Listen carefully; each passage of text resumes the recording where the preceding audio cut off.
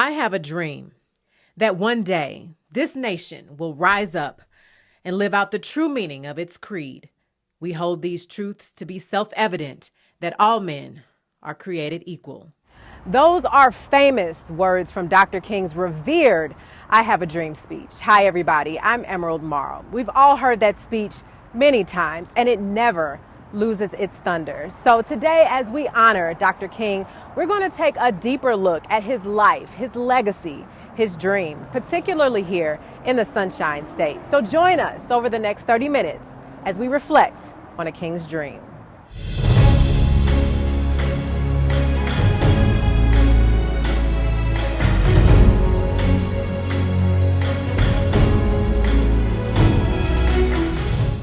Let's start in 1961.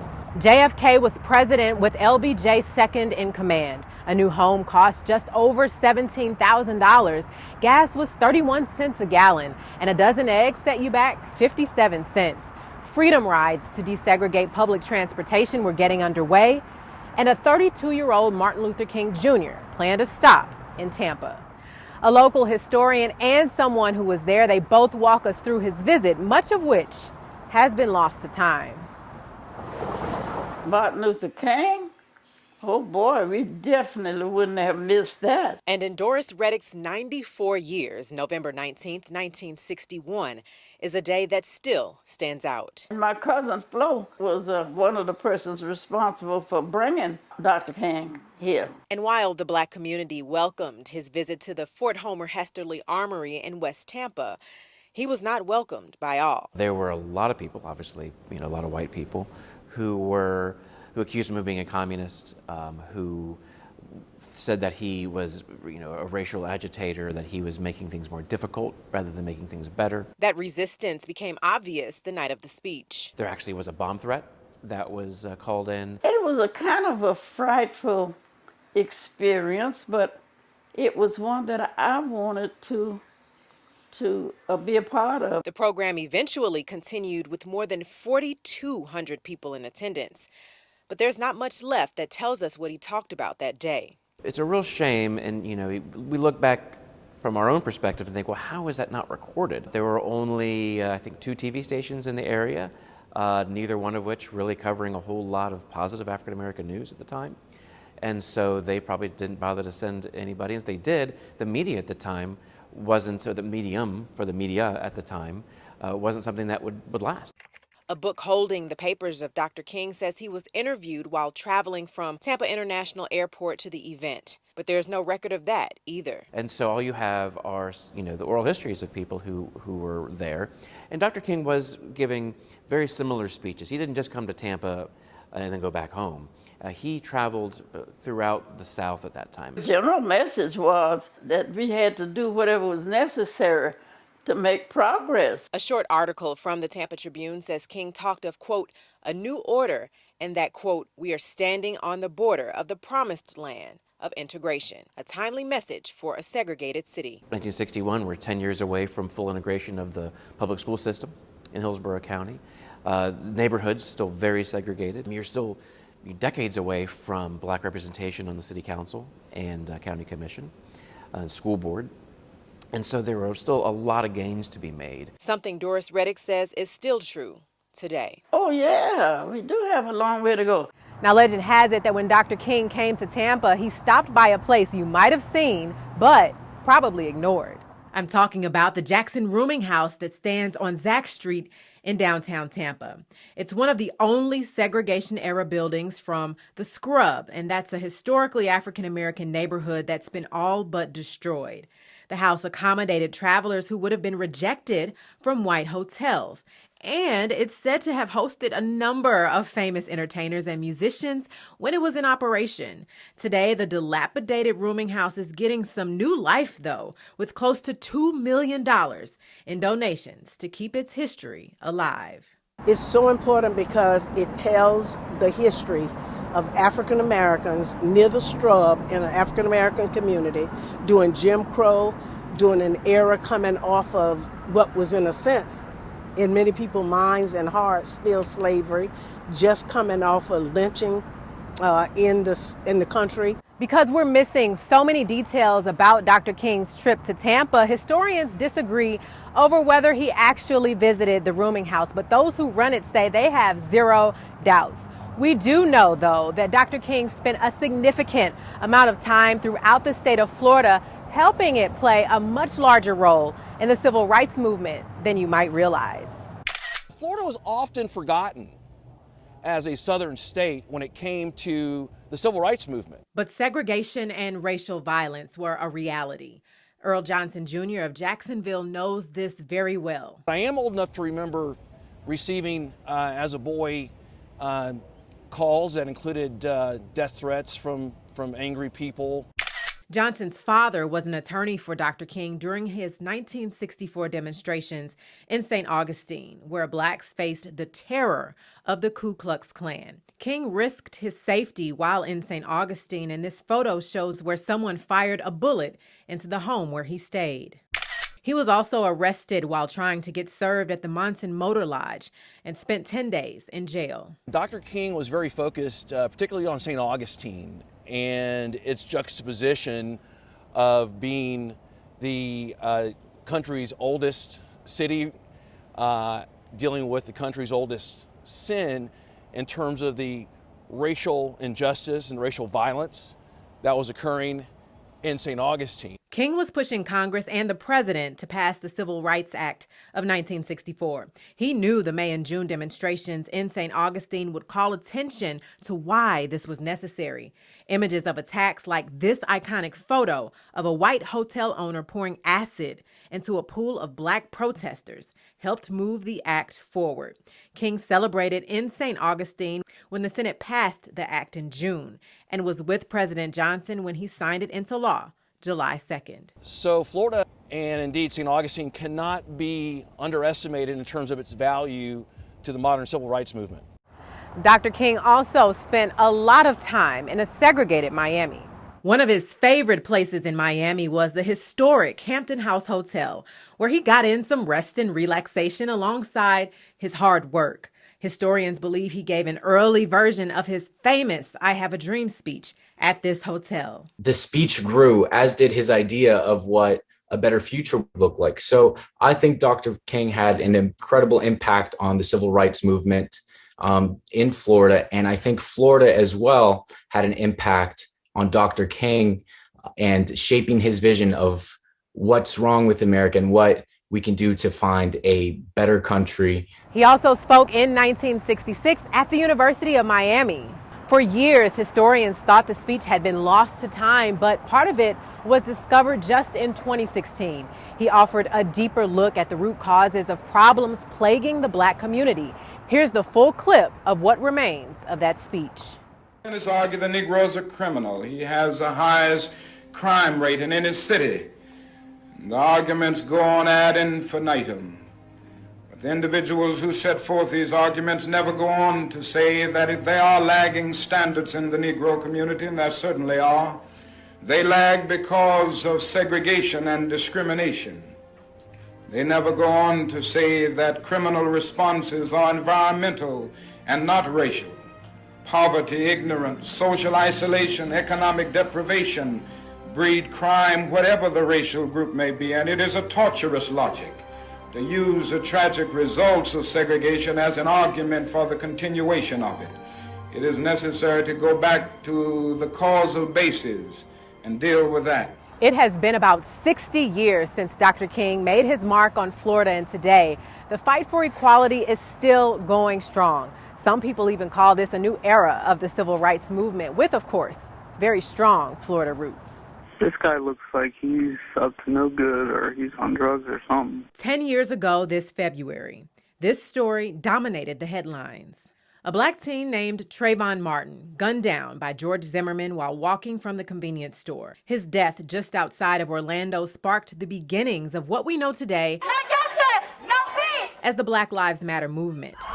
A movement challenging racism, bias, and police brutality against unarmed black men and women. Let's do it for you. These would be Eric Garner's last words. New York police held him in a chokehold as he allegedly sold cigarettes illegally. Cell phones and social media sent video of his detainment and death around the world, a catalyst for protests across the nation. A month later, unrest erupts in the streets of Ferguson, Missouri. Michael Brown's dead body left in the middle of the street for hours. It only fueled the outrage after a white officer fired at least 6 rounds into his body after a confrontation in the street. Tamir Rice, Alton Sterling, and Philando Castile, other high-profile police shootings fueling the Black Lives Matter movement. The movement grew even stronger with the death of Breonna Taylor in March 2020, after a Louisville police raid sent bullets flying through her apartment. And in a moment of deja vu, the world stopped and took notice, this time for 9 minutes and 29 seconds, as George Floyd struggled to breathe under the weight of Derek Chauvin's knee. The cries for justice went on for weeks, with millions protesting and research suggesting that Black Lives Matter could be the largest movement in U.S. history. All of this unrest highlighted a very fractured country, and it's one Dr. King talked about in a speech he called The Other America. It leaves us to ask, how much has changed today? We must work with determination to solve the problems that exist in all of our communities. The year was 1968. Dr. King was nearing his death. We must not let up one iota. Here, he was helping Black sanitation workers fight for union rights. The move represented King's evolving views he outlined in a speech called The Other America. The American Negro finds himself living in a triple ghetto. A ghetto of race, a ghetto of poverty, a ghetto of human misery. In the speech, Dr. King made a bold claim, not just that racism existed, but that America as a whole was a racist country. A country split in two, one filled with hope, the other deep in despair. We shall overcome. When Black Americans march for freedom to the tune of this old Negro spiritual, what is it they seek to overcome? And what holds them back? Every major institution you can point your finger to has been touched by institutional racism. In this other America, King speaks of racism, unemployment, segregation, poverty, and police brutality plague the Black community. These forces sparked deadly race riots across the nation, but he wanted America to, quote, see that riots do not develop out of thin air. Certain conditions continue to exist in our society, which must be condemned as vigorously as we condemn riots. And as protests over racial inequality swept the nation after George Floyd's death, for many, King's words still rang true. He talks about discrepancies with education and economics and housing, but he really paints the situation of Blacks in America as one that has been mired with inequality and injustice. By 1967, King was at a turning point in his life, and he considered his 1963 dream a nightmare. There were a lot of white liberals at the time that were with him in the fight against legalized racism, but that a lot of that dropped off whenever they kept trying to push forward to get true equality. Because as he left the Jim Crow segregation of the South, he found violent resistance to social and economic equality as he moved north. He said, quote, "There has never been a single, solid, monistic, determined commitment on the part of the vast majority of white Americans on the whole question of civil rights." The people that were brought to this nation in chains, we see statistically that those people who were brought to be at the bottom are still at the bottom. He wanted America to address the fractures in the foundation of our nation, fractures that start at birth, where Black babies are twice as likely to die as white ones. Those differences continue in education, where Black children are 5 times more likely to attend segregated, low-performing schools. They're less likely to graduate, and even with a college degree, often end up making less. That widens the wealth gap, where white families have 10 times the net worth of black ones, leaving African Americans less likely to own a home and build generational wealth. These disparities persist to life's very end, where segregation endured in death. And to this day, across the country, and even in the Tampa Bay area, archaeologists are finding hundreds of graves from destroyed black cemeteries, under apartments, and even on school grounds. It might not directly be legalized racism like it was in the past, but there's been systems that have been created that lead to inequality in many different areas. He also reminded his audience that, quote, no other racial group has been a slave on American soil, end quote, then left without meaningful support after freedom. It is a cruel jest to say to a bootless man that he ought to lift himself by his own bootstraps. The vast majority of black people still live in an America that does not match up to the America that their white counterparts live in. So, for America to live up to her name, King said, quote, it is necessary for us to realize more than ever before that the destinies of the Negro and the white man are tied together, end quote. We've got to tell the truth about racism, about systemic injustice, and then we can come together as a nation. Because black people aren't, for the most part, we're not going anywhere. We're going to be here in this country. And so we got to figure out a way to live together. And while these fractures have caused so much pain, there is hope we can heal if we work together toward justice. So, in the words of Dr. King, we shall overcome because the arc of the moral universe is long, but it bends toward justice.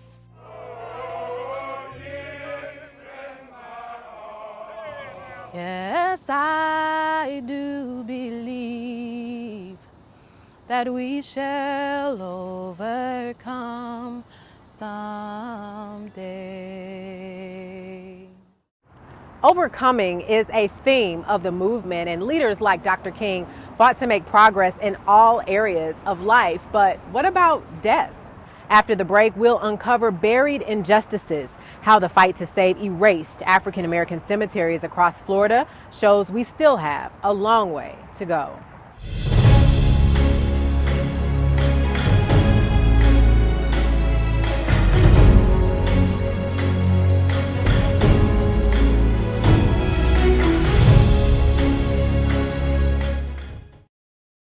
Don't we all just love the Clearwater area? It is really a tourist's paradise, and we are so lucky to have it nearby. But over the last few years, we've uncovered some buried secrets that really show why Dr. King's dream has a ways to go before it's realized.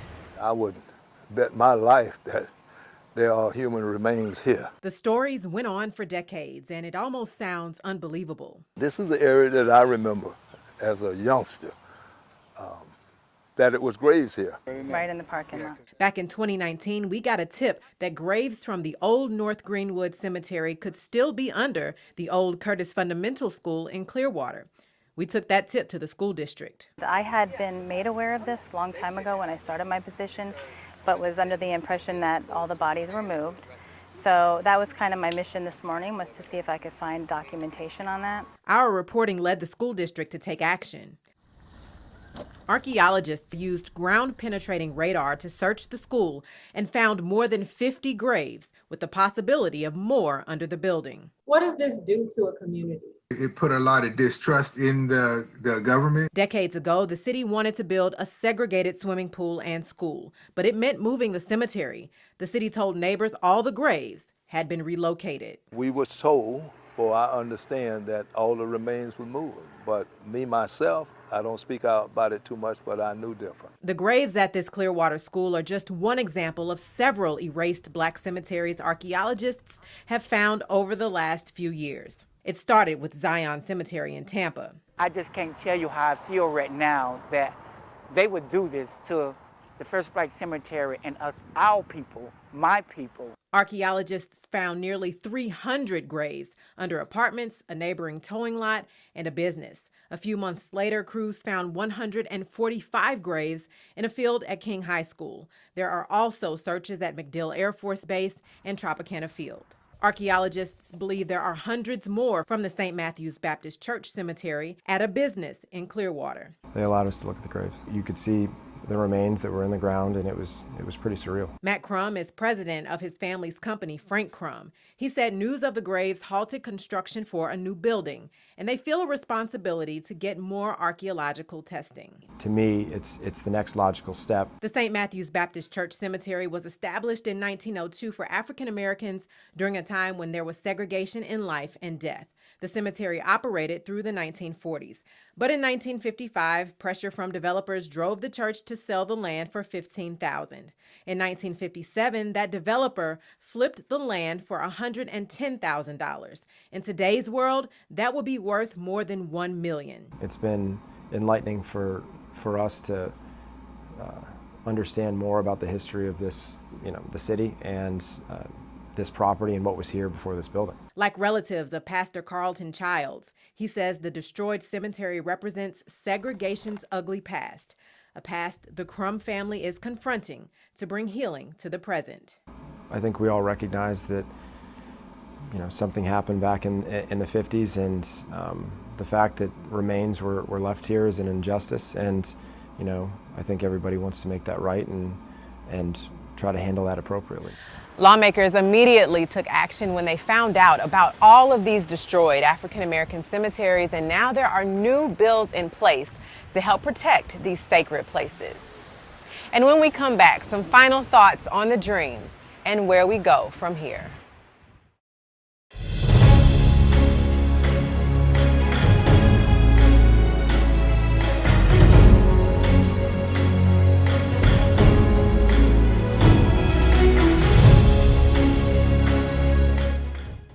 Dr. King's impact in this area and across Florida is deep, but it is hard to honor that in just one day. But as we have seen, people are honoring him every single day by doing his work and keeping that dream alive. He left enough work for each and every one of us, and especially for me, to understand that no matter how difficult the path may seem, there's a way to work through it. He meant to me that he was a youngster.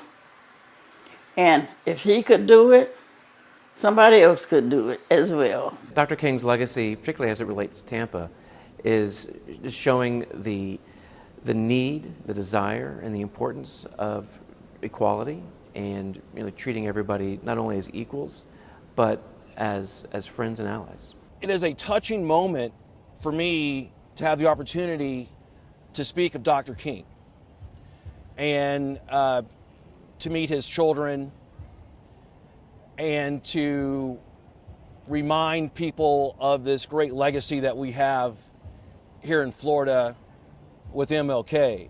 And for this journalist representing Tampa, all the way from St. Louis, Dr. King's dream is one that I use as motivation. Motivation to tell stories that really deepen our understanding of each other. Because whether we're talking about a fractured Florida or a fractured nation, one thing is true. A king's dream is rooted in unity and grounded in love. So to quote a king as he accepted the Nobel Peace Prize, the beauty of genuine brotherhood and peace is more precious than diamonds or silver or gold.